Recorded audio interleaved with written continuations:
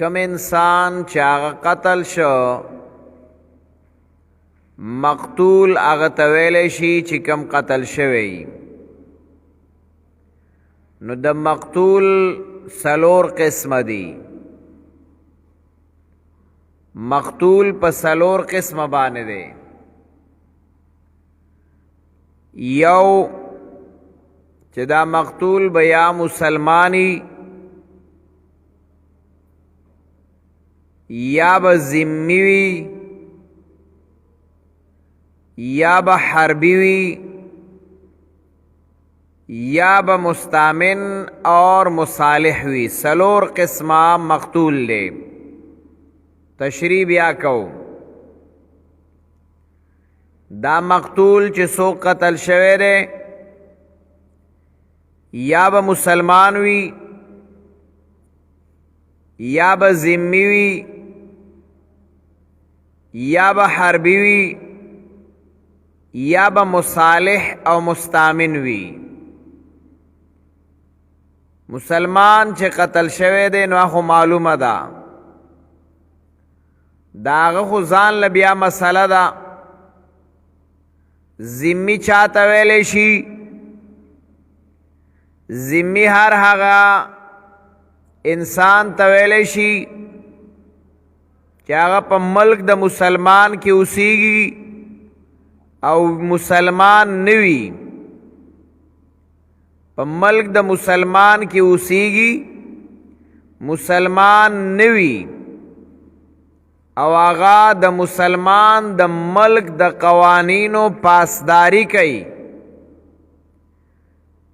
دا هغې چې کم قوانینی هغه مني دا هغې ټیکس اور وغیرہ جزیې چې څومره دي نو هغه ادا کوي دې ته ذمي ویلی شي دریم حربی دی حربی هغه انسان ته ویلی شي چې هغه مسلمان نه دی کافر دی خو د مسلمان سره جنگیږي د مسلمان مقابله کې ولاړ دی او جنگ کوي حرب جنگ ته ویلی شي نو حربی دې ته ویلی شي چې هغه د مسلمان سره جنگ کوي جنگیږي سلورم هغه کافر دی انسان دی کافر دی خو هغه مسلمان ته ویلی دی چې ماله پناه راکا مستامن دی امن یې غوښتی دی چې زه درته سویم نه خو ماله پناه راکا یا مصالح دی کافر دی خو د مسلمان سره صلح کړې ده چې بس تم راته څه مه وایه او زه هم درته څه نه وایم صلح او معاهده شوي ده نو داسې انسان چې هغه قتل شي د هغه به څه حکم وي داسې انسان چې قتل شي چې هغه حربي کافر دی جنگ کې د هغه به څه حکم وي داسې انسان چې قتل شي چې هغه ذمي دی د هغه به څه حکم وي داسې انسان چې هغه قتل شي چې هغه مسلمان دی د هغه به څه حکم وي د دې ځان له احکامات دي حکمونه دي بیا د دې سلور قسمه مقتولینو سره دوا قسمه نورو تړه یا به دا مسلمان قتل شوی قصدن یا خطأن یا به دا ذمی قتل شوی قصدن یا خطأن یا به دا حربی قتل شوی قصدن یا خطأن یعنی دا هر یو سره چې هغه یو بلو لګي قصدن به یا قتلی نو دا تقریبا اتا اقسام د مقتول شول مستامن داغه به قتل یا قصدن شوی یا به خطانیه خو به شوی کنه. نو چې سلور داو او یو به خامخا په دې کې واقع شوی نو 4 اور 4 8 نو د مقتول 8 قسمه شول. سو قسمه 8 قسمه مقتول شو.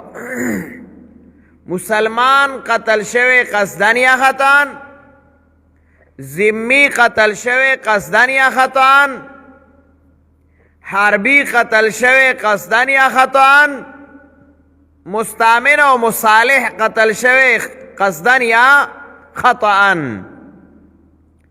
8 اقسام دا د مقتول شول.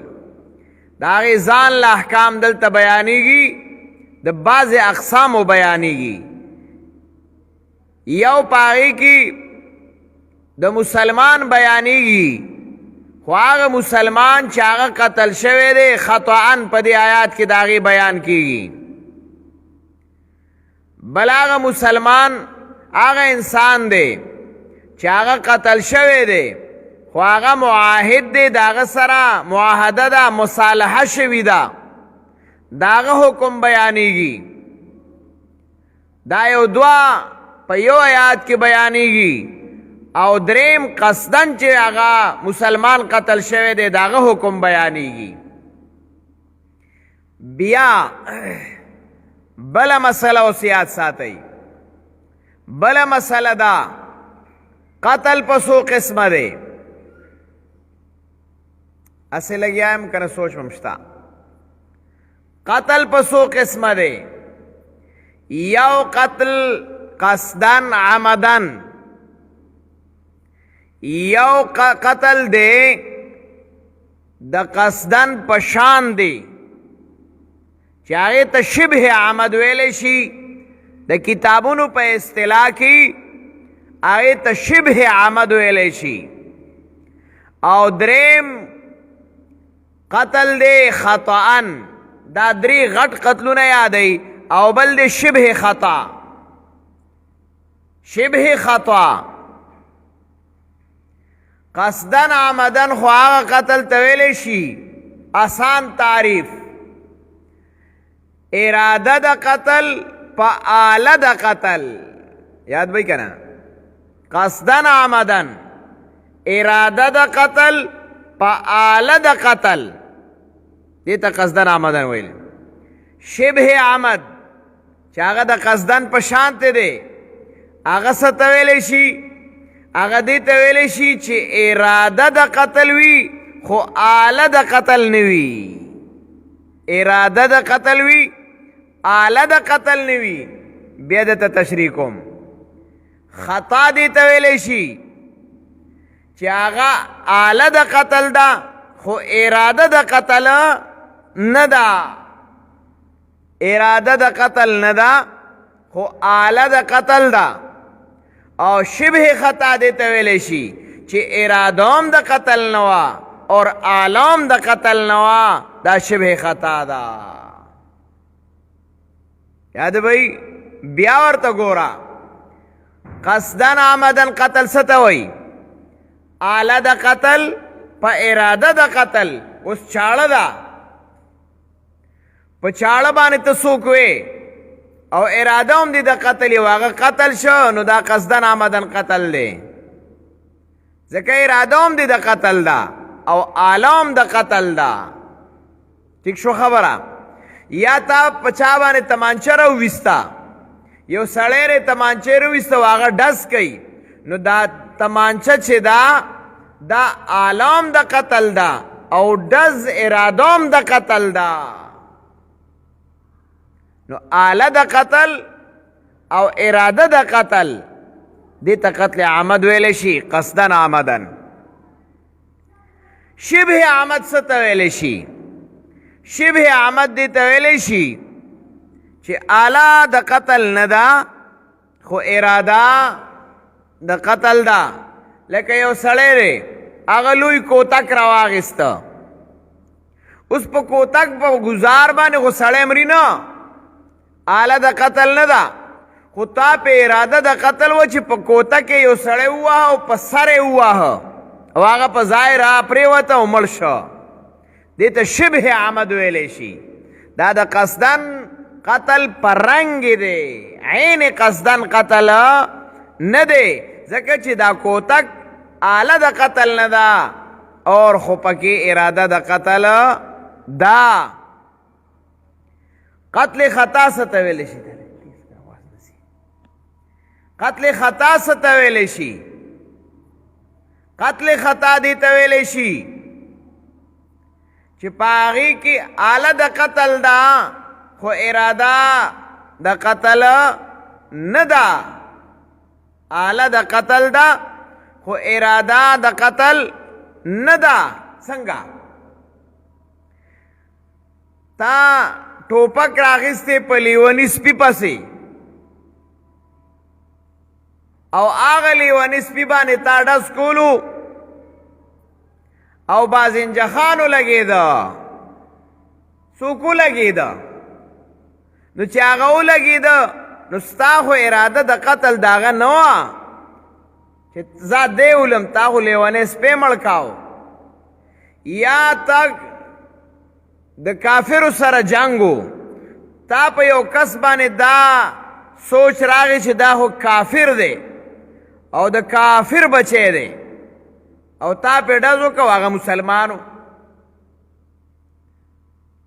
گزار دې پې وکړو، هغه مسلمانو، نو آله د قتل وا خو اراده د قتل نه وه، نو دې ته ویلی شي څه؟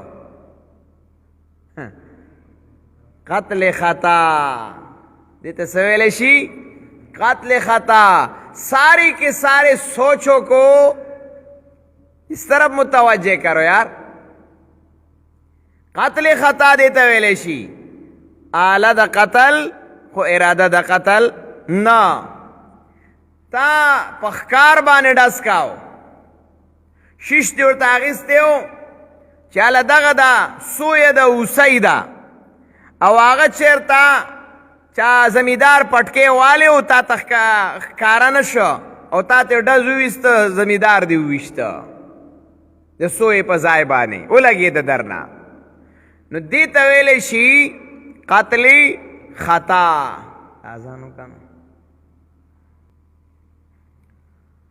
اچھا جی، حاضر دماغی سره ناس وی، سوچ کوئ چې دا کومه مسله کېږي، څنګه کېږي، په کومه طریقه کېږي. ماله ګورې داسې درس هم خوند نه راکوي چې زه کیسه کوم او تاسو صرف سر لچوئ. دا درس نه وي، داسې بیا کیسه وي. درس هغه وي چې مسله بیانېږي چې څوک یې اوري هغه هم پې پوهېږي، چې څوک یې وایي هغه هم پې پوهېږي. دا دی چې چاته ویم دی پې پوه شه، اواسې نه چې هسې خوشحاله خوشحاله کېږي چې ښه کیسه روانه ده، بس هغه کیسه ده، بیا درس خو نه دی. بہرحال قتل خطا، آلہ قتل اور ارادہ قتل نہ. شبہ خطا، شبہ خطا دادا چې نه ارادہ قتل دا اور نه آلہ قتل دا. لکه اکثر داسې وي چې د مور سره خوا کې وړوکی بچی ماشوم پروتي او د هغې خیال پې نه وي، د شپې پې هغه ور واوړي، د هغې د جسم د لاندې هغه راشي او هغه مړ شي. نو نه خو د دې اراده د قتل وه او نه آله د قتل ده. دې ته ویلی شي شبه خطا. ورسېدی پې که نه؟ نو څلور قسمه دا شو: قتل عمد، شبه عمد، الا خطا، مگر آغا صورت کی